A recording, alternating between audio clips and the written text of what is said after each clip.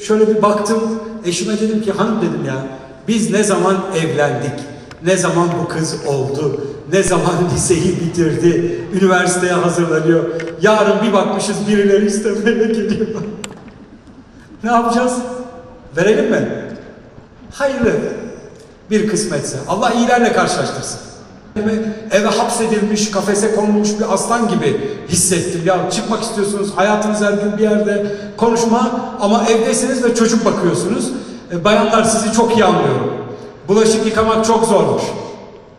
Cenab-ı Allah mutlu evliliğin sırrını Rum suresinde sizi huzura eresiniz diye cinsinizden eşler yarattık diyor. Eşiniz sevdiğiniz bir yemeği yapmış. Anam ne yemek var? İşte şu var. Ey hadi getir getir. Getiriyor. Yiyorsunuz. Eline sağlık hanım.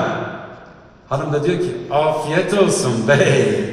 Aslında eşinize siz eline sağlık derken ellerin kırılsın hanım dediniz. O da zıkkım olsun dedi. Diyor ki kadın erkek için, erkek de kadın için onu örten bir elbisedir diyor. Niye paylaşıyorsun? Niye yazıyorsun?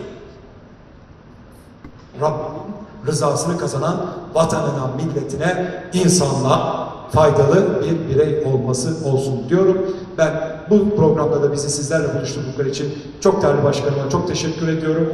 Efendim sizleri tebrik ediyorum. İnşallah birazdan güzel hediyeler, güzel sertifikalar sizleri bekliyor. Daha nice güzel programlarda, nice güzel günlerde buluşmak dileğiyle Allah'a emanet olun.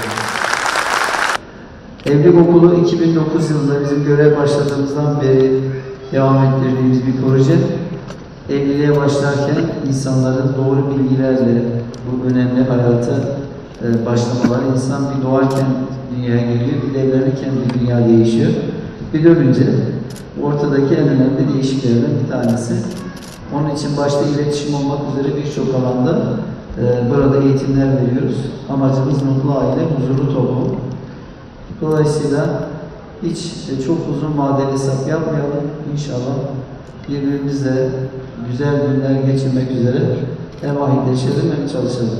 Hocam size çok teşekkür ediyoruz. Evet, hepinizin adına hocama güzel şeyi takdim etmek istiyoruz.